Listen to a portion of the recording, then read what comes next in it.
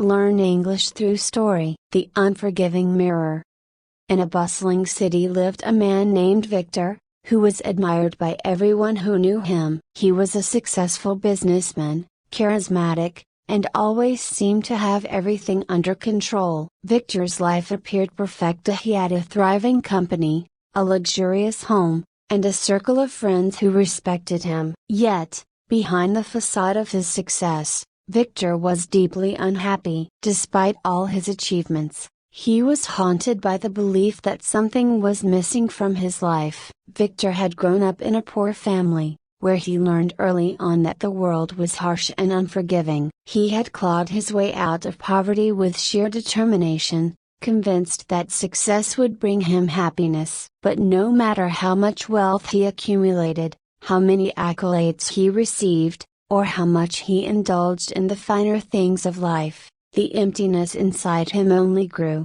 One evening, after a particularly exhausting day at the office, Victor walked home through a different route, hoping a change of scenery might lift his spirits. As he strolled through the winding streets of an unfamiliar neighborhood, he came across a small, unassuming shop wedged between two larger buildings. The sign above the door read, "The Unforgiving Mirror." Curious, Victor stepped inside. The shop was dimly lit, with shelves lined with various oddities and curiosities. In the center of the room stood an old man, his face etched with wrinkles that spoke of countless years. He greeted Victor with a nod, his eyes sharp and knowing. "Welcome, sir," the old man said. "I see you've found your way to my shop. What can I do for you?" Victor glanced around, unsure of what he was looking for. "I'm not sure," he admitted. "I just feel like something's missing in my life." The old man smiled faintly. "Many people feel that way. Perhaps I have something that can help you. Follow me." He led Victor to the back of the shop,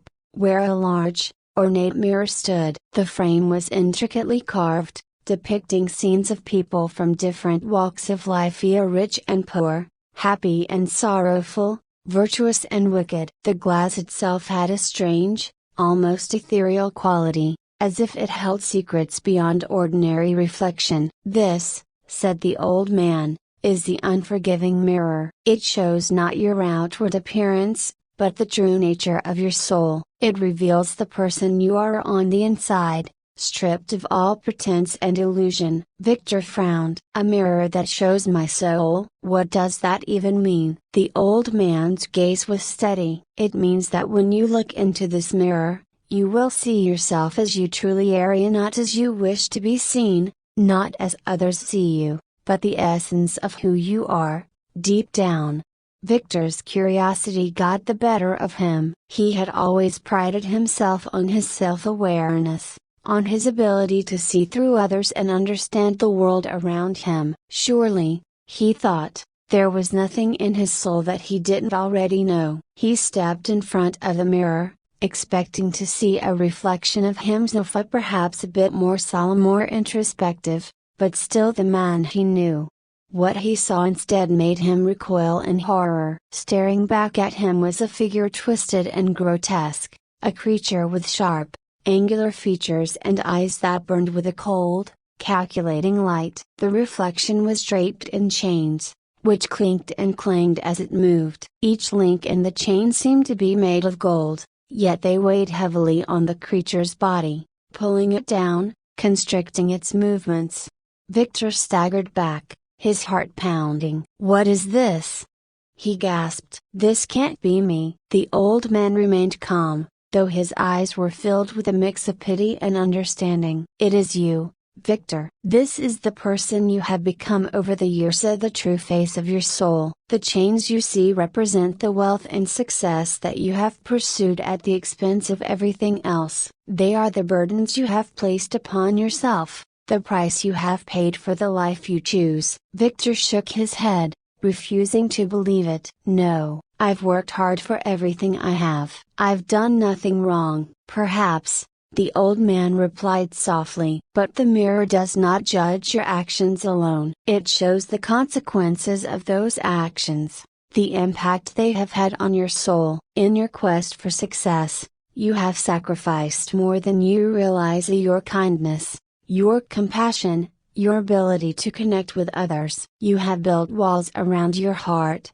isolating yourself from true happiness. Victor's mind raced, trying to make sense of what he was seeing. He thought of all the years he had spent building his empire, the long hours, the ruthless decisions, the friendships he had neglected, the family ties that had frayed and broken. He had told himself it was all necessary, that he was doing it for the greater good, for the success that would bring him happiness. But as he stood before the mirror, he couldn't deny the truth it revealed. The chains rattled as the creature in the mirror struggled to move, each link a reminder of the choices Victor had made. He saw now that his success had come at a terrible cost. He had become a prisoner of his own ambition, shackled by the very things he had sought to obtain. Tears welled up in Victor's eyes as he looked away from the mirror, unable to bear the sight any longer. "How do I change this?" he whispered. "Is it too late?" The old man's voice was gentle but firm. "It is never too late, Victor. But change requires more than just the desire to be different. You must be willing to confront the parts of yourself you have ignored, to break free from the chains you have forged. You must rediscover the person you were before you lost yourself in the pursuit of success." Victor stood in silence, the weight of the old man's words sinking in. For the first time in years, he felt truly lost, unsure of what to do next. But as he stood there, a resolve began to form within him, a determination to reclaim the parts of himself he had buried, to seek out the happiness that had eluded him for so long.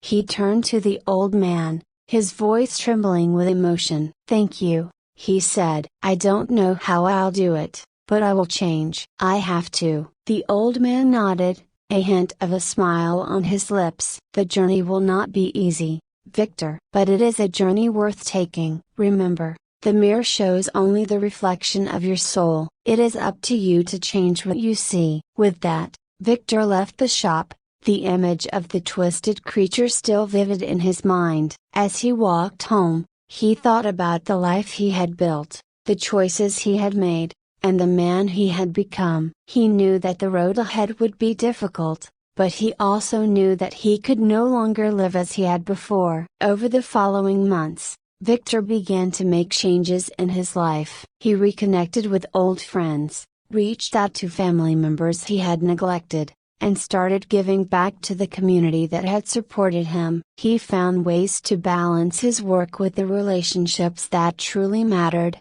learning to value kindness and compassion over wealth and power. As he did, the chains that had weighed on his soul began to loosen, and the creature in the mirror started to change. It took time and effort, but gradually, the twisted features softened, the eyes lost their coldness, and the chains grew lighter. Victor still saw the mirror every day, but now, instead of recoiling in horror, he looked into it with hope and determination. One day, as Victor stood before the mirror, he saw something that brought a smile to his face. The creature had almost completely disappeared, replaced by a reflection that resembled the man he had once been, a strong, confident, but also kind and compassionate. The chains were gone, and in their place was a lightness he hadn't felt in years. Victor knew that the journey was not over, that he would always have to work to maintain the balance he had found. But he was no longer afraid of what the mirror showed him. He had faced the truth of his soul, and in doing so, he had found a path to true happiness.